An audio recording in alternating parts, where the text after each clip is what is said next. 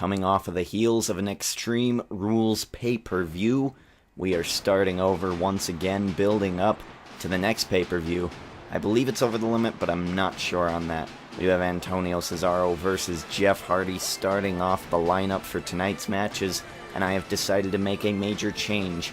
Now there will be 3 highlight matches, a featured match, and a full match. That way we don't miss anything. We get to see all the action. You don't get to hear about the stories I tell through the other matches, and it'll keep my matches focused. I want one match, and the duration of the highlight matches will be 3 minutes or less. At least 3 minutes for a great match. You know, you got to keep it down to a limit. But if it's like Great Khali versus Kevin Nash in a tables match, and the only thing you could show is the table breaking, it'll be a minute. So that's the limit. Antonio Cesaro getting a little help from his real American friend, Jack Swagger. And throughout the match, that proved to be the case. Jack Swagger would deter Jeff Hardy just enough all the time, always distracting him, constantly distracting him, and letting Antonio Cesaro pick up pin after pin, wearing Jeff Hardy down. Jeff Hardy would come back with some offense, but it was almost like as soon as this neutralizer hit, which was maybe about 2 minutes into the match, the writing was on the wall. Antonio Cesaro was going to win this match. The story wasn't who was going to win. It then changed to how long can Jeff Hardy take a match against the Swiss Superman, Antonio Cesaro. The man is a beast. If you don't believe me, check out Sami Zayn versus Cesaro 2 out of 3 falls match. I'll probably link it somewhere, because that match was amazing. It wasn't match of the year, I don't think, but it was a hell of a good match. If you count NXT as indies, I'll say indie match of the year. Match does finish up with the throwing uppercut. I don't know what to call that. The super uppercut, I guess. 1, 2, 3. Antonio Cesaro wins. But that would not be the interesting part. The interesting part of this match is that the Real Americans do what the Real Americans do. And they decide to attack Jeff Hardy after this match. As we go over these highlights here, we got the neutralizer. And this is something that I'll hurry and brush over. I hope WWE fixes their replays, because they don't always pick up the coolest parts of the match. I don't know, and the crowd needs to be fixed too, but I'll rant about that some other time. Jack Swagger, Antonio Cesaro, the Real Americans, getting ready to chair up Jeff Hardy. But who should come in for the save? Luke Harper, one of the Wyatt family, comes in for the save and saves Jeff Hardy. Now, was he here to save Jeff Hardy? You did see the look right there. Was he here to save Jeff Hardy, or just to go against the Real Americans? Alright, ladies and gentlemen, here we go. Heath Slater taking on Christian for the #1 contendership to the United States Championship, currently worn by Cody Rhodes. Cody Rhodes, your new United States Championship as of last night's Extreme Rules pay-per-view. The link will be in the bottom left. That match was actually okay. It was a very surprising match. Cody Rhodes hitting the crossroads out of nowhere to pick up the title. And look at this. Christian getting ambushed from behind by Jinder Mahal, a member of the 3-man band. It looks like 3-man band is imploding before our very eyes. Heath Slater gonna go out to meet up with Jinder Mahal, and the fight breaks out. This match was actually kind of interesting because they're basically tag team members, and they're fighting each other for a chance at the United States Championship. You know what? As we saw earlier, Luke Harper came out, and he's getting more involved in the storylines, and he's got a tag team with Eric Rowan as part of the Wyatt family. So you know what? If 3-man band is imploding, that's A-okay with me. Heath Slater versus Jinder Mahal. Jinder Mahal hits his finisher early, obviously because of the extra momentum from taking Christian out. Would that be enough to put Heath Slater away? No. Heath Slater, kick to the face. Jinder Mahal getting reversed into that power slam. Very Randy Orton-like. A lot of straight right hands from Jinder Mahal. Heath Slater reverses into an elbow, and that busted him open. Float over DDT, Heath Slater down. Heath Slater looking to finish this match off. A running neck breaker. Is that going to be enough? The troll move from the WWE 13 online game mode feature multiplayer. 1, 2, 3, it is over. Heath Slater winning this match. There's all the highlights there. Heath Slater will be the #1 contender to Cody Rhodes' United States Championship. Ladies and gentlemen, that will be it for this portion of the video. Stay tuned for the Joker commercial, and then the next part will be the featured match with Wade Barrett. And you gotta imagine that after last night's match, he's got something to say. So stay tuned for that.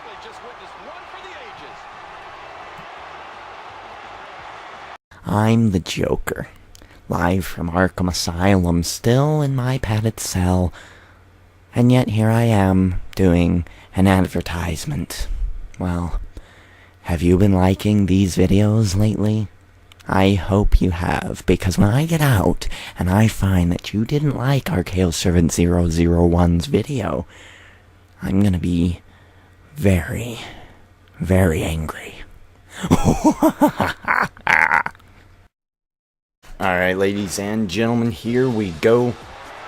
Yoshi Tatsu come to the ring to face Wade Barrett one-on-one. Wade Barrett had a pretty good night last night at Extreme Rules pay-per-view, defeating Kane in the first opening match of that pay-per-view in stunning fashion. Took a lot of damage and had a second match, which I decided not to show because of its boringness. It wasn't really all that good. There was no story involved in it whatsoever, so I decided not to show it. But I will explain right now what happened in that match. Wade Barrett would not compete in that match. He came out to the ring, he stood in the corner, and Damien Sandow took a lot of punishment. Wade Barrett had already been involved in a match, and he was not going to get involved. So Damien Sandow took a lot of punishment, and he did lose that match to, I want to say Randy Orton choked him out with a sleeper hold. So Damien Sandow loses, Randy Orton, Jey Uso wins, and Wade Barrett did nothing. Wade Barrett here tonight gonna start off with Yoshi Tatsu. We have yet to hear from Wade Barrett since last night's win. But right now he's gonna go one-on-one with the Oriental one, Yoshi Tatsu.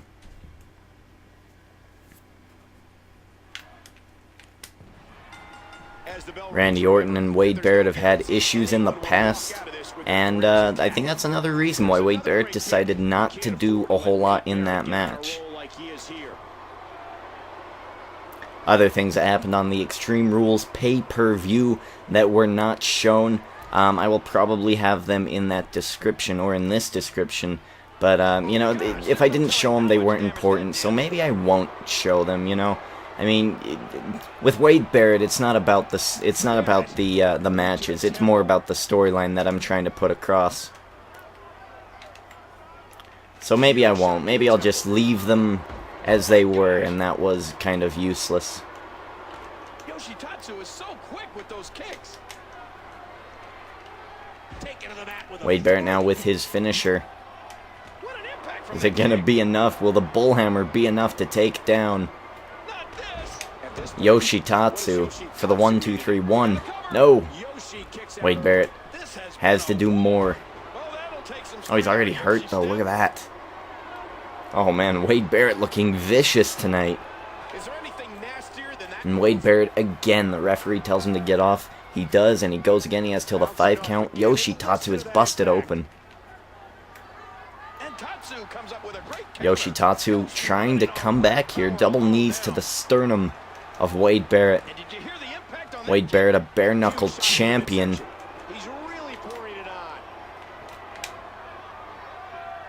Bare-knuckle champion up in the good old UK. Really busting up Yoshi Tatsu.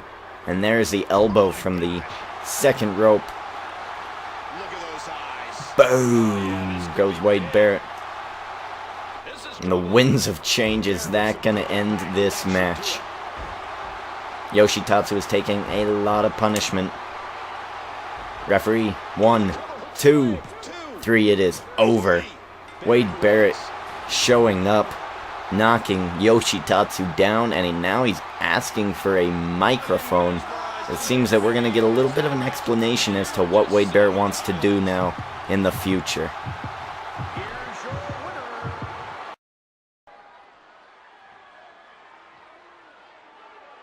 You want to know why I targeted Kane? It's for this moment. I have nothing against Kane. I respect the man. But the reason that I took this mic tonight was not to gloat over my victory at Extreme Rules, but it was to send a message. A message to all of those who are more famous, more successful, and quote-unquote better than the Barrett barrage. I'm here to tell each and every one of them that I will not sit and play nice with these other lowlifes. I'm gonna grab it by the throat, and I'm gonna make it give me all the fame and all the success that I deserve. A lot of you higher ups, you talk about your complainers, the people who look down on you, the people that bash you. You wouldn't be anywhere without them. I welcome the criticisms. I debate with them with logic. But you on your high horses, stand up there and pretend that you are the victim. That we, the lower end, are the ones assaulting you. You, the one who earns everything from our hard work. This crowd, the WWE Universe, and all the other fans deserve a better class of superstar. And I'm gonna give it to them. People like Antonio Cesaro, Heath, Slater, and all of the others in the back. They know who they're talking about. I know who I'm talking about. But these higher ups, they're gonna learn hard in the next couple of months what is going on. Wade Barrett is not gonna be quiet anymore. Wade Barrett is just beginning his barrage. Oh, Wade, do you remember me? Am I one of those higher ups? Am I one of those people who say that you assault me? If not, then I should think that you should think that I am. Last night at the Extreme Rules pay-per-view, you left me in the middle of the ring to be choked out by the Viper Randy Orton. I don't take kindly to being betrayed by a tag team partner, Wade. So if I wasn't on your little list of higher ups, I certainly am now. You're welcome. Alright, ladies and gentlemen, and here we go. The next match in the card is Alberto Del Rio, former World Heavyweight Champion. Poor Del Rio. He's just not had a very good 24 hours. Ricardo Rodriguez still introducing him, although I wish there was a way I could get rid of that somehow. It'd be nice. But Ricardo Rodriguez still introducing him. He did lose his World Heavyweight Championship, so it's going to be interesting to see how he reacts tonight in a match against Edge, a regular superstar, the master manipulator. I'm actually reading this man's autobiography right now. It is right over there, On the Edge. I believe that's what it's called. I think it's called On the Edge. It's a really, really, really good book. Like, if you don't read a lot, this is a book for you. because he's kind of like a layman writer. He doesn't use big words, and he throws in a lot of jokes every now and then. It keeps the reader extremely interested, especially during like his childhood or his high school days, when it's like really boring, you don't really care, you know, it's just the same generic old stuff. But he does have a lot of good stories in there, and a lot of good struggles that really remind you of anybody who's ever tried to work and achieve anything in life. So, it's a really good read. Please pick that up. I've got a picture, most likely, of the cover in the bottom left corner. And that's kind of what I want to talk about in the comments box for this episode down below. What do you think about Edge's autobiography? If you haven't read it, please go and read it, or at least take a look at it, or Sparks note it. I don't care what you do. Read this man's autobiography if you are at all interested in wrestling. And we'll also talk about, if you have read it, kind of talk to me about it. I'm only about a fourth of the way through, but I'd love to talk to you about Edge's career, and, you know, I don't know. So, bottom left corner, picture of his book, bottom right corner, the topic of the video, and that's what I want to talk about. We're going to try to get things more corporatized here. We're taking the Randy Orton approach and becoming a little more corporate, a little more professional, and it's actually a page out of Edge's book. Obviously this is the full match, by the way, the full match segment. I did want to say that Edge had in his book a line that said, "When I go out there, I promise myself to be the most professional person out there, every time." And I don't know, like, it gave me a lot of realization that I know a lot of people on YouTube. There's a certain select group, me especially, that love full videos, that love unedited videos, and just like to see the full experience. But to really attain success, I won't be able to do that. So I'm going to really try to do this editing thing. It's going to cut my videos down excruciatingly, but I'm actually really going to try that new approach. So I want to thank Edge personally on my YouTube video. If he ever sees it, awesome, whatever. But if it ever comes to light, thank you, Edge, because you're really inspiring me. And, you know, you gotta use the inspiration and go for it. So let's finish up this part of the video with some commentary. Obviously, Del Rio not in a good mood, and using his bad mood to his advantage, just destroying Edge in this match right now. This match did not last very long. This is a 5-minute match with edited entrances. So really, it would have been maybe 6 minutes or so. Well, Del Rio, so 6.5 minutes total. But I edited out the entrances mostly because, you know, what else would I talk about? I talked about Edge's book, and look at that, there's that enziguri kick, and he does use that as his finisher now, or maybe it's just his signature. Either way, it gets the job done. 1, 2, 3. Alberto Del Rio over, and he is looking to regain. I almost said regain. I did say reattain his World Heavyweight Championship. Alberto Del Rio, there you saw some of the spots in the match. Nice German suplex. Turned him around and he hit his enziguri and he got the 1, 2, 3. Very interesting last night at the Extreme Rules pay-per-view. If you didn't get a chance to go see it, I linked it earlier in the video.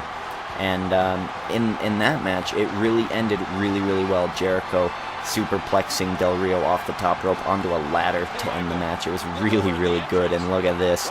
Jericho coming out and showing a little respect. Now, is this mocking Del Rio? Or is this him respecting Del Rio? Only time will tell. And next week on Raw, or whatever this show is, we'll probably find that out. Alright, ladies and gentlemen, for the main event of the evening, CM Punk taking on Daniel Bryan inside of a steel cage. Oh my god, ladies and gentlemen, this could prove to be main event of the year. But I doubt it, because mostly cage matches in this game don't really work out too well when you're not playing in the match itself, or when you don't have another player also playing against you. So I didn't expect this match to be anything really great, and it was pretty good, but it was really, really repetitive. It was about maybe a 9-minute match, I want to say, 7 to 9 minutes or so, and a lot of it was Daniel Bryan would climb up, CM Punk would throw him down. CM Punk would climb up, Daniel Bryan would throw him down. It was a lot of that, so I tried to pick and choose the best clips to show in this main event. Whoever wins this match, remember, will be in the #1 spot. I believe Daniel Bryan is at rank 2. CM Punk, I believe, is quite further down the list. So CM Punk has a lot to gain if he were to win this match tonight. And Daniel Bryan, if he were to win, would become #1 contender. CM Punk, look at that, the moonsault. He misses the moonsault. Daniel Bryan now has his comeback cocked and ready to go. Attacking the arm of CM Punk, weakening it up, getting ready for that no lock. CM Punk in the corner. This is when I thought that they were going to do the door thing, but it was just Daniel Bryan's comeback. So I was a little disappointed. I want to see the AI do the door minigame more. I really enjoy that. It's really tense always trying to watch that. And there we go. I guess in a steel cage, Daniel Bryan's finishers are different. CM Punk pulling Daniel Bryan down, and look at that. He's going up, and he's going to try to just get the win off of that, and we'll see if that works out for him. And Daniel Bryan throwing CM Punk down. That's what happened maybe 6 or 7 or 8 times. It was really repetitive, but sometimes, you know, you get one all the way to the top and they do this. I have yet to see one where they're all the way at the top and they grab them and then they throw them down. Or I've yet to see a computer be at the top and instead of going down for the win, jumping off the top and attacking. CM Punk was busted open in the match. Got his finisher. Stacked him up for the go to sleep, and this is when I thought this match was over. CM Punk was climbing the cage. Daniel Bryan was out. He was down. CM Punk almost to the top. I was like, oh my god, how did he get up? How in the world did Daniel Bryan get up? Daniel Bryan does get up. And look at this, almost like a backdrop off of the steel cage onto the mat. And look at that DDT taking CM Punk down. I guess that was his finisher in the match. And look at that, Daniel Bryan got caught by CM Punk, but he elbowed him in the face and knocked him back down again, giving him the win. Daniel Bryan winning this match. Daniel Bryan becoming the new #1 contender. So time will tell if he is the new number one contender or not. Ladies and gentlemen, leave a like. Thank you for watching, and until next week, enjoy